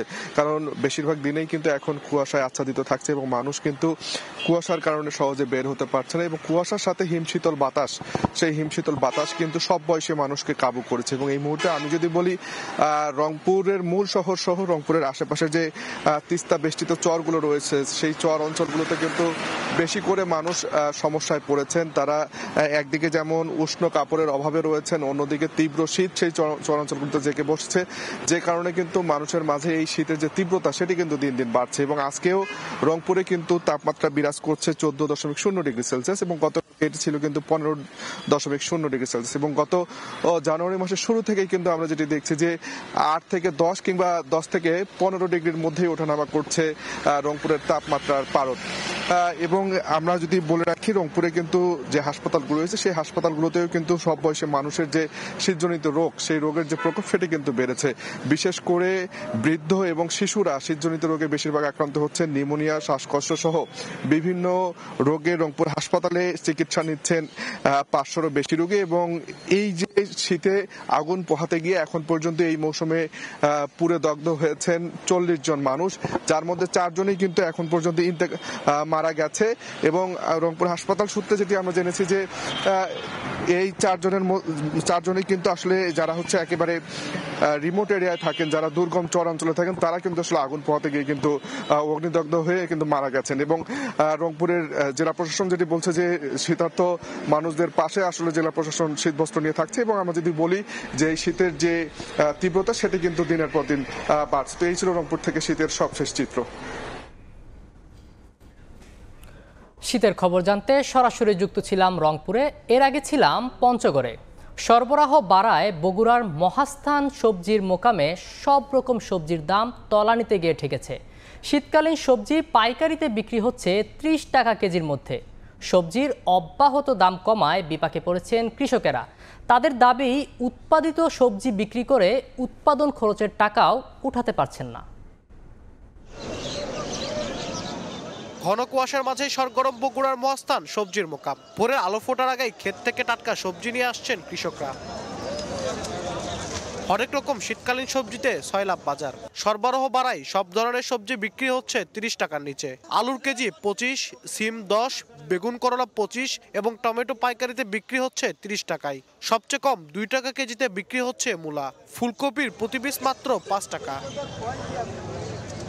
কৃষকরা বলছেন, উৎপাদন খরচ না উঠলেও জমিতে নষ্ট হওয়ার হাত থেকে রক্ষায় সবজি বিক্রি করছেন তারা। সিম করছি যেমন আমাকে তো টাকা হচ্ছে না, এই ওষুধ পাতি যা দেওয়া হচ্ছে খরচ উঠবে না। মালের দামটা মিনিমাম 35 টাকা 40 টাকা থাকলে হয়তো 2 টাকার মুখ দেখতে পাবো আমরা। 2200 টাকা মন আলু বেচছি, এই 2 দিনের মধ্যে আলু বাজারে এসে গেছে 1000 টাকা ধস। এদিকে সবজির দাম কমায় কৃষকের পাশাপাশি বিপাকে আড়তদাররাও। এক গাড়ির কাছে 2 গাড়ি আমদানি বেশি হলে তারা সুযোগ সন্ধানে ঘুরে কম দামে নিয়ে আমরা বড় আড়তদার আমরাও মার খাই। পার্টিরা যায়, বড় ব্যাপারীরা কিনে নিয়ে যায়, তারা নিয়ে যায় আর বিক্রি করতে পারছে না, লস খাচ্ছে। এখন এখানকার বাজারে কমে যাচ্ছে। জেলায় এবার 12,000 হেক্টর জমিতে শীতকালীন সবজির চাষ হয়েছে। মহাস্থান হাট থেকে প্রতিদিন 6 থেকে 70 ট্রাক সবজি দেশের বিভিন্ন জেলায় সরবরাহ হয়। আব্দুল আউয়াল, সময় সংবাদ, বগুড়া। ঝালকাঠির রাজাপুরে অবৈধ ইটের ভাটায় অভিযান চালিয়ে 1 লাখ টাকা জরিমানা করেছে ভ্রাম্যমাণ আদালত। সোমবার দুপুরে উপজেলার কানুদাসকাঠি কাছারিবাড়ি এলাকায় 7 তারা ইটের ভাটায় পরিবেশ অধিদপ্তরকে সঙ্গে নিয়ে এ অভিযান চালানো হয়। ভ্রাম্যমাণ আদালত জানায়, নিবন্ধন ছাড়াই অবৈধ ইট ভাটাটি চলছিল। যেহেতু ভাটার কাছে একটি প্রাথমিক বিদ্যালয় রয়েছে, তাই ভাটার সব কাঁচা ও পোড়া ইট গুঁড়িয়ে নষ্ট করে দেওয়া হয়েছে। এমন অভিযান অব্যাহত থাকবে বলে জানিয়েছে পরিবেশ অধিদপ্তর। সেচ উন্নয়ন প্রকল্পে অনিয়ম, দুর্নীতি ও অর্থ আত্মসাতের অভিযোগে কুষ্টিয়া বিএডিসির সহকারী প্রকৌশলীর কার্যালয়ে অভিযান চালিয়েছে দুদক। এতে নেতৃত্ব দেন সংস্থাটির সমন্বিত কুষ্টিয়া আঞ্চলিক কার্যালয়ের সহকারী পরিচালক নীলকমল পাল। তিনি জানান, হটলাইন নম্বরে অভিযোগ পেয়ে অভিযান চালানো হয়। বলেন, 248 কোটি টাকার মুজিবনগর সেচ উন্নয়ন প্রকল্পে নানা অনিয়মের অভিযোগ ওঠে। তারই প্রেক্ষিতে প্রকল্পের নথিপত্র যাচাইয়ের জন্য সহকারী প্রকৌশলীর কার্যালয়ে অভিযান চালানো হয়। তবে সে সময় সংশ্লিষ্ট কর্মকর্তা উপস্থিত ছিলেন না। দুদক কর্মকর্তা জানান, বিএডিসি কার্যালয় থেকে সংগ্রহ করা নথির মাধ্যমে অনিয়মের অভিযোগে সরেজমিনে তদন্ত করা হবে। সাংবাদিক ইউনিয়ন বগুড়ার আয়োজনে শিল্প ও বাণিজ্য মেলা শুরু হয়েছে। মোহাম্মদ আলী হাসপাতাল মাঠে মেলার উদ্বোধন করেন অতিরিক্ত জেলা প্রশাসক মিসবাউল করিম। মেলায় উদ্বোধনী আয়োজনে জমকালো সাংস্কৃতিক সন্ধ্যার আয়োজন করা হয়। বাউল সুকুমারের কণ্ঠে মাতে মেলায় আগত দর্শনার্থীরা। উদ্বোধনের দিন দর্শনার্থীদের বিনামূল্যে প্রবেশ করতে দেওয়া হয়েছে। এবারের মেলায় 6টি প্যাভিলিয়ন ও 80টি স্টল স্থান পেয়েছে। বাণিজ্যিক স্টলের পাশাপাশি স্থান পেয়েছে বৈষম্য বিরোধী ছাত্র আন্দোলনের আত্মত্যাগ গাথা চিত্র প্রদর্শনীর প্যাভিলিয়নও। পাশাপাশি শিশুদের বিনোদনের জন্য আছে নানা রকম রাইড। মৌলভীবাজারের কুশিয়ারা নদীর পাড়ে চলছে ঐতিহ্যবাহী পৌষ সংক্রান্তি মাছের মেলা। দূর দূরান্ত থেকে বিভিন্ন প্রজাতির মাছ নিয়ে মেলায় অংশ নেন বিক্রেতারা। প্রথম দিন একটি বাঘা মাছ 1,40,000 টাকায় বিক্রি হয়েছে। এমন ভিন্নধর্মী মেলায় এসে উচ্ছ্বাস প্রকাশ করেন ক্রেতা ও দর্শনার্থীরা। শাহ অলিদুর রহমানের পাঠানো তথ্য ও মোহাম্মদ ইয়ারুফ আহমেদের ছবিতে রিপোর্ট। পৌষের শেষে ক্রেতা বিক্রেতার হাঁকডাকে সরগরম মৌলভীবাজারের কুশিয়ারা নদী পাড়ে 200 বছরের ঐতিহ্যবাহী মাছ মেলা।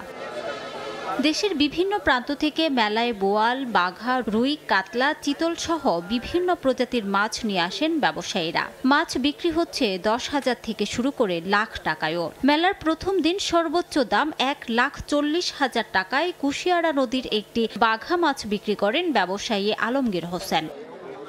পৌষ সংক্রান্তিতে ঐতিহ্যবাহী এই মাছ মেলায় ঢল নামে ক্রেতা দর্শনার্থীর। শুধু মাছ নয়, মেলা প্রাঙ্গণে বসেছে শিশুদের খেলনা, নানা রকম খাবার সহ নিত্য প্রয়োজনীয় হরেক রকমের পণ্যের দোকানও। তো মেলাটা খুব ভালো লাগে, আমরা আই সব সময়। আমি আমেরিকা থেকে আসছি, শেরপুরের মেলা আমি বড় বাঘাই মাছ কিনা লাগি। আমি আসলে এত বড় বড় মাছ আমার জীবনে আগে আর কখনো দেখি নাই। আমরা মাছগুলো আনি বিলের, নদীর, মানে লোকাল যেটা মাছ আছে ও মাছ আনি আইনারি আমরা বিক্রি করি। এমন উৎসব আয়োজন করতে পেরে খুশি আয়োজকরা। অন্যান্য বছরের তুলনায় বেচাকেনা ভালো হওয়ার আশা তাদের। জমিনের মালিকদেরকে টাকা দিয়েই আমরা এই মেলাটার আয়োজন করে থাকি। জেলা প্রশাসককে অনুরোধ করব যে আমাদের দিকে একটু দৃষ্টি দেওয়ার জন্য, কারণ আমরা রাজস্ব দিচ্ছি কিন্তু রাজস্বের বিনিময়ে আমরা কিছু পাইতেছি না। মেলাকে সফল করার পাশাপাশি ক্রেতা দর্শনার্থীদের জন্য পর্যাপ্ত নিরাপত্তা ব্যবস্থার কথা জানায় পুলিশ। ডিবি, ডিএসবি সব ধরনের ফোর্স আমাদের বাহিনী কাজ করতেছে। আমরা মাননীয় পুলিশ সুপার মহোদয়ের নির্দেশক্রমে আমরা এখানে সদা তৎপর রয়েছি যাতে কোনো ধরনের অপ্রীতিকর ঘটনা সেদিকে ঘটে না। সোমবার বিকাল থেকে শুরু হওয়া মেলা মঙ্গলবার ভোর পর্যন্ত চলবে। এবছর মেলায় মাছ বিক্রির লক্ষ্যমাত্রা ধরা হয়েছে 25 থেকে 30 কোটি টাকার। সময় সংবাদ, মৌলভীবাজার। এসো দেশ বদলাই, পৃথিবী বদলাই স্লোগানে নরসিংদীতে চলছে 3 দিনব্যাপী তারুণ্য উৎসব। সোমবার সকালে সরকারি কলেজ মাঠে উৎসবের উদ্বোধন করেন প্রতিষ্ঠানটির অধ্যক্ষ প্রফেসর মুস্তাক আহমেদ ভুইয়া। এতে কলেজের 19 বিভাগের শিক্ষার্থীদের ঐতিহ্যবাহী নকশি পিঠা থেকে শুরু করে কারুপণ্যের 12টি স্টল রয়েছে। উৎসব চলবে 15 জানুয়ারি পর্যন্ত। চাঁপাইনবাবগঞ্জে অসহায় 300 মানুষের মাঝে শীতবস্ত্র বিতরণ করেছে 59 বিজিবি ব্যাটালিয়ন। সোমবার বিকেলে চৌকা বিওপির সীমান্ত বাখের আলী সরকারি প্রাথমিক বিদ্যালয় মাঠে শীতবস্ত্র বিতরণ করা হয়। 59 বিজিবি ব্যাটালিয়নের উপ অধিনায়ক মেজর SM ইমরুল কায়েস জানান, ঘন কুয়াশা আর কনকনে শীতে কাঁপছে অনেক অসহায় হতদরিদ্র মানুষ। শীতার্তদের মাঝে শীতবস্ত্র বিতরণ আগামীতেও অব্যাহত থাকবে। সীমান্ত হত্যা বন্ধ, মাদক ও চোরাচালান রোধে সীমান্ত এলাকার মানুষদের নিয়ে সচেতনতামূলক সভা করেছে বিজিবির ঠাকুরগাঁও সেক্টরের sector commander colonel Golam Rabbani. সোমবার বিকেলে পঞ্চগড়ের আটোয়ারী উপজেলার সীমান্ত এলাকায় তরিয়া উচ্চ বিদ্যালয় মাঠে এই সভা অনুষ্ঠিত হয়। এ সময় সীমান্ত হত্যা বন্ধে সীমান্তে বাংলাদেশি নাগরিকদের অবাধে চলাফেরা না করার পরামর্শ দেন তিনি। জনসচেতনতামূলক সভা শেষে স্থানীয় দুস্থ অসহায় মানুষদের মাঝে কম্বল বিতরণ করে বিজিবি। মঙ্গলবার সাকরাইন উৎসবকে সামনে রেখে উৎসবের আমেজ পুরান ঢাকার অলিতে গলিতে। বাহারি রঙের ঘুড়ি আর নাটাইয়ের পসরা সাজিয়েছেন পুরান ঢাকার শাঁখারী বাজারের দোকানিরা। তবে এবছর নানা নিষেধাজ্ঞা থাকায় কমেছে উৎসবের আমেজ।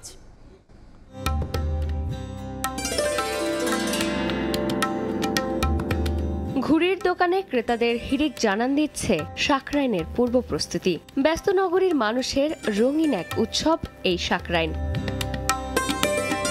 সাকরাইন উৎসবকে পুরান ঢাকার প্রাণের উৎসবও বলা হয়। বাচ্চা থেকে বড় সবার অপেক্ষা থাকে এই উৎসবের। এগুলি ওগুলি ঘুরে ঘুরে চলছে ঘুড়ি ও নাটাইয়ের খোঁজ। রয়েছে তাদের বাহারি নামও। 2 বুয়া 4 বুয়া, তারপর আপনার ইন্ডিয়ান পাতাঙ্গুলিকা, মানে অনেক ধরনের ঘুড়ি। পুরান ঢাকার মানুষ মানে 1 বছর এটার জন্য বসে থাকে। সবার ভিতরে একটা এক্সাইটমেন্ট সবসময় কাজ করে। আগের দিনে সাকরাইনটা ছিল আমরা সুতা কিনতাম, মাঞ্জা দিতাম, ওইভাবে উড়াইতাম। কিন্তু এখন আসছে ইন্ডিয়ান সুতা আসছে, সবাই সুতা কিনা তারপরে ওইখান থেকে উড়ায়। যার সুতা যত দামি তার সুতা তত ভালো। তবে নানা নিষেধাজ্ঞা থাকায় গেল বছরের মতো এবছর থাকছে না তেমন জমজমাট আয়োজন। সেই সঙ্গে কাগজের দাম বাড়তি থাকায় কিছুটা বেড়েছে ঘুড়ির দামও। মাইকিং করা হইতেছে যাতে বাড়িতে ছাদে কোনো প্রোগ্রাম না করা হয়, কোনো আতশবাজি না ফোটানো হয়। অনেক বেশি পরিমাণ সুতা নেওয়ার জন্য যে একটা চাহিদা ছিল ওটা এখন আর নাই। তারপরেও এখন নিজেদের ভালো লাগা, তারপরে এবারও নিচ্ছি। বাংলা পঞ্জিকায় পৌষ মাসের শেষ দিনে পালন করা হয় পুরান ঢাকার ঐতিহ্যবাহী সাকরাইন উৎসব। কালের পরিক্রমায় উৎসবে কিছুটা ভিন্নতা এলেও কমেনি সাকরাইনের আবেদন। তাই রাজধানী ছাড়াও দেশের বিভিন্ন স্থান থেকে দর্শনার্থীর সমাগম হয় দিনটিতে। চন্দ্রিমা চৌধুরী, সময় সংবাদ, ঢাকা। চীনে লাবার আয়োজন ঘিরে শুরু হয়েছে উৎসবের আমেজ। চন্দ্র বর্ষপঞ্জিকা নতুন বছরের আগমনী বার্তা নিয়ে দেশ জুড়ে মানুষের মাঝে ছড়িয়ে পড়েছে উষ্ণতা আর ঐতিহ্যের ছোঁয়া। চীনের এই ঐতিহ্যবাহী বসন্ত উৎসব পরিবার ও সম্প্রদায়ের বন্ধনকে আরও দৃঢ় করবে বলে বিশ্বাস স্থানীয়দের। বসন্ত চীনের অন্যতম বড় ঐতিহ্যবাহী উৎসব হিসেবে পরিচিত। লাবা উৎসবের মধ্য দিয়ে শুরু হয় এর প্রস্তুতি। চন্দ্র বর্ষপঞ্জিকার 12 মাসের 8ম দিনে পালিত হয় লাবা। এই উৎসবে সকাল থেকেই চীনের বিভিন্ন প্রান্তে শুরু হয় নানা রঙের প্রস্তুতি। শহর থেকে গ্রাম সবখানেই চোখে পড়ে আনন্দ উল্লাস। ঐতিহ্যবাহী খাবার প্রস্তুত থেকে শুরু করে সাংস্কৃতিক পরিবেশনা সবকিছুতেই ফুটে ওঠে উৎসবের রং। হুবেই প্রদেশের গুচেং অঞ্চলে এই উৎসবের অন্যতম আকর্ষণ লাবা পায়েস তৈরি হয়। হুবেই প্রদেশের গুচেং অঞ্চলে এই উৎসবের অন্যতম আকর্ষণ লাবা পায়েস তৈরি। স্থানীয়রা পদ্ম ফুলের বীজ, খেজুর আর চাল দিয়ে তৈরি করেন ঐতিহ্যবাহী এই খাবার। দেশটির বিভিন্ন প্রান্ত থেকে ভিন্নতায় ভরা এই উৎসবে অংশ হতে হাজির হয় মানুষ। উত্তর চীনের শানসি প্রদেশে লাবা রসুন প্রস্তুতিতে মেতে উঠেছেন স্থানীয়রা। ভিনেগার আর চিনি মিশিয়ে তৈরি এই খাবার নতুন বছরকে শুভকামনা জানাতে তৈরি করা হয়। আর মরিন দাওয়ার স্বশাসিত অঞ্চলে উৎসবের আনন্দ আরও বাড়িয়ে তোলে দই আর চালের বিশেষ রান্না। শুধু সাধারণ মানুষের মধ্যে নয়, লাবা উৎসবের আমেজ পৌঁছে যায় সামরিক ক্যাম্পেও। প্রাকৃতিক প্রতিকূলতা উপেক্ষা করে সেনাদের জন্য প্রস্তুত করা হয় উষ্ণ লাবা পায়েস। পার্বত্য অঞ্চলেও সেনারা বিশেষ উপকরণ দিয়ে পায়েস তৈরি করেন। পরিবার থেকে দূরে থেকেও এই পরম্পরা তাদের কাছে উৎসবের আনন্দ নিয়ে আসে। খাদ্য, সংস্কৃতি আর মানুষের মিলনের এই আয়োজন চীনের মানুষদের কাছে নতুন বছরের একটি আলাদা উষ্ণ বার্তা বহন করে। ঐতিহ্যবাহী লাবা উৎসব পরিবার ও সম্প্রদায়ের বন্ধনকে আরও দৃঢ় করে বলে বিশ্বাস স্থানীয়দের। ইয়াসিন মোহাম্মদ জিসান, সময় সংবাদ। আসন্ন চীনা নববর্ষকে কেন্দ্র করে চীনে নানা আয়োজন শুরু হয়ে গেছে। নববর্ষ উপলক্ষে রাশিফলের থিমে বাসিন্দাদের জন্য সাবওয়ে পাস কার্ডের সংস্করণ তৈরি করা হয়েছে। ঐতিহ্যবাহী জিনিসের সঙ্গে সাজানো রয়েছে কিছু কার্ড।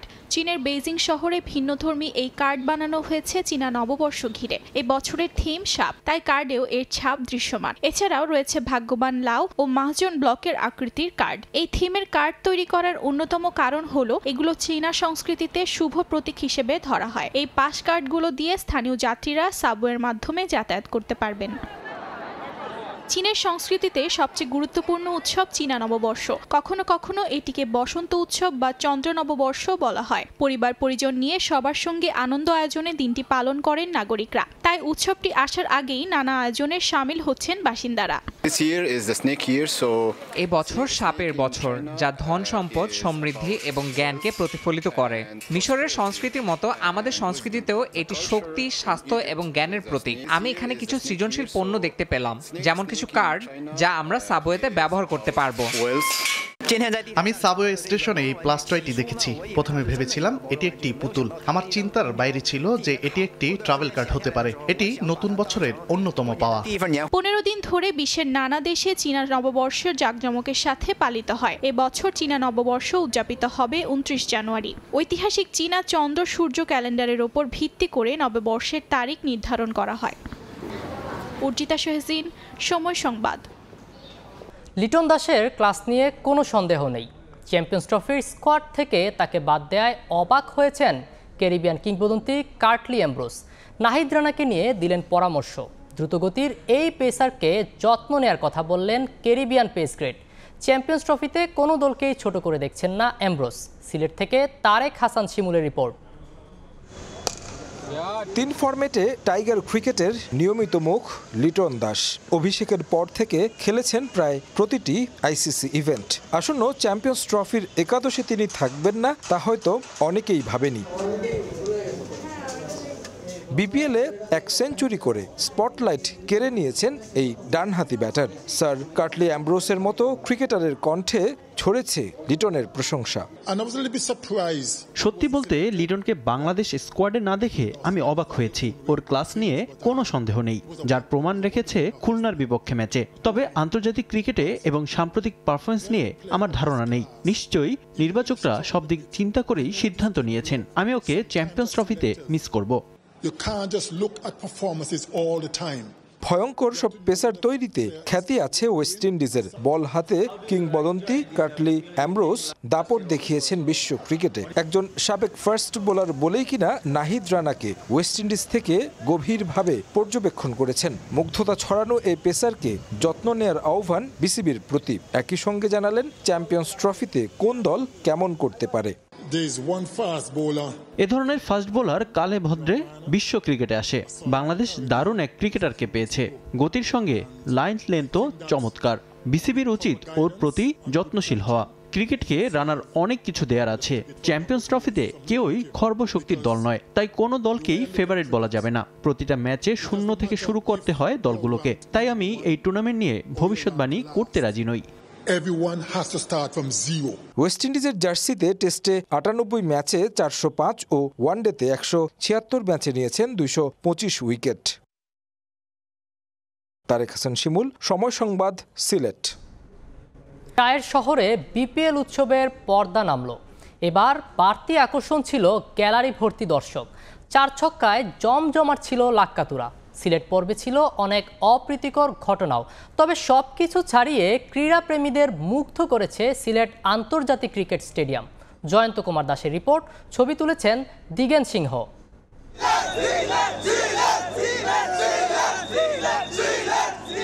সিলেটে থামল ক্রিকেট প্রেমীদের উচ্ছ্বাস। লাক্কাতুরায় উন্মাদনার রেশ থেকে গেলেও এবারের মতো শেষ বিপিএলের সিলেট পর্বের। 4 ছক্কার ফুলজুরি, রেকর্ড পরিমাণ দর্শক, বিপিএলে সর্বোচ্চ রানের রেকর্ড, পয়েন্ট টেবিলের তলানিতে থাকা কয়েকটি দলের জয়ে ফেরা, সবকিছু ছাপিয়ে বিপিএল যেন এবার নতুন মাত্রা পায় সিলেটে। ম্যাচে টান টান উত্তেজনা, ক্রিকেটারদের কথার লড়াই কিংবা বোর্ড পরিচালক ও বিসিবির সভাপতির মেলবন্ধন সিলেটে বাড়তি উন্মাদনা যোগ করেছে এবারের বিপিএলে। সবচেয়ে বড় প্রাপ্তি, চায়ের রাজ্যে টানা 2 জয় পেয়েছে স্বাগতিকরা। স্টেডিয়ামে বিশৃঙ্খলা এড়াতে আইনশৃঙ্খলা বাহিনীদের কড়া নিরাপত্তাও ছিল চোখে পড়ার মতো।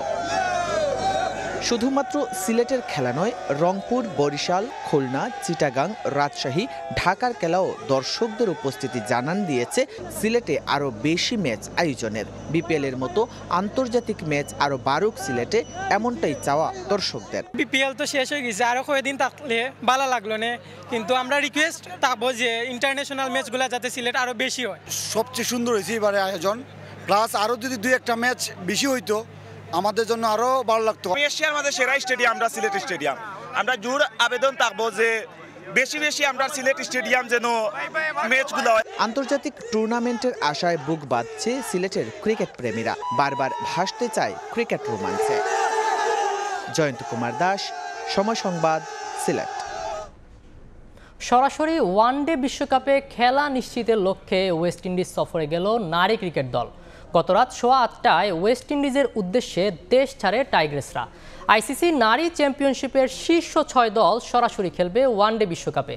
Australia, Bharat, England, south Africa ও শ্রীলঙ্কা আগেই নিশ্চিত করেছে নিজেদের জায়গা। বাকি আছে একটি স্পট। 24 ম্যাচে 21 পয়েন্ট নিয়ে 6 নম্বরে আছে নিউজিল্যান্ড। 21 ম্যাচ খেলে বাংলাদেশের পয়েন্ট 19। ওয়েস্ট ইন্ডিজের বিপক্ষে 3 ম্যাচ থেকে 3 পয়েন্ট পেলেই ওয়ানডে বিশ্বকাপে সরাসরি খেলার সুযোগ পাবে টাইগ্রেসরা। নিউজিল্যান্ডকে টপকাতে না পারলে প্লে অফ খেলতে হবে নিগার সুলতানা জ্যোতির দলকে। প্রথমবারের মতো ক্যারিবীয় দ্বীপপুঞ্জে খেলতে গেল বাংলাদেশ দল। ভিন্ন কন্ডিশন হলেও কঠিন চ্যালেঞ্জ নিতে প্রস্তুত হাসান তিলাকারত্নের শিষ্যরা। তবে ব্যাটিং নিয়ে কিছুটা দুশ্চিন্তা আছে দলের। আর কোচ ক্যাপ্টেনের সবচেয়ে বড় মাথা ব্যথা ক্রিকেটারদের ফিটনেস নিয়ে।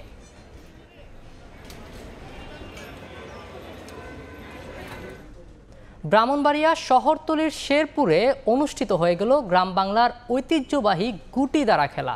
লাল এবং সবুজ 2 দলে বিভক্ত হয়ে খেলায় অংশগ্রহণ করেন খেলোয়াড়রা।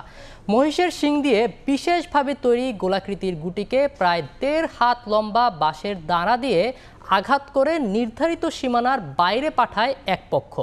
আর সে গুটি প্রতিপক্ষের 13 জন খেলোয়াড়ের মধ্যে যে কেউ লুফে নিলে আউট হয়ে যান ওই খেলোয়াড়, অন্যথায় যুক্ত হয় পয়েন্ট। উত্তেজনাপূর্ণ ব্যতিক্রমী এই খেলা দেখার জন্য মাঠে জড়ো হয়েছিলেন অসংখ্য দর্শক। 30 মিনিট করে 2 অর্ধে ভাগ হয়ে ঘণ্টাব্যাপী এই খেলা চললেও জয় পায়নি কোনো দল। 7-7 পয়েন্টে ড্র হয় ম্যাচ। পরে 2 দলের খেলোয়াড়দের হাতে পুরস্কার তুলে দেন অতিথিরা।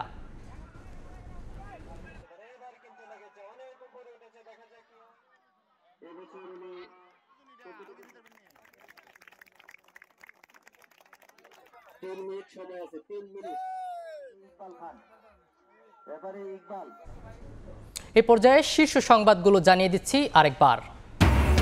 লন্ডনে চিকিৎসাধীন বেগম জিয়ার সব রিপোর্ট শুক্রবারের মধ্যে পাওয়া যাবে, জানালেন ব্যক্তিগত চিকিৎসক। সুস্থতার জন্য দেশবাসীর দোয়া চেয়েছেন বিএনপি চেয়ারপারসন। ফেব্রুয়ারিতে হচ্ছে ডাকসু নির্বাচন, প্রধান বাধা ভোটের তারিখ নিয়ে ছাত্র সংগঠনগুলোর অনৈক্য। বৈষম্য বিরোধী ও শিবিরের আপত্তি না থাকলেও সংস্কার শেষে চায় ছাত্রদল। স্বল্পোন্নত দেশের তালিকা থেকে বের হতে প্রস্তুত নন ব্যবসায়ীরা, আরও 5 বছর সময় চায় বিকেএমইএ। রফতানি বাজারে সুবিধা নিতে শ্রম আইন সংশোধনের পরামর্শ ইউ রাষ্ট্রদূতের।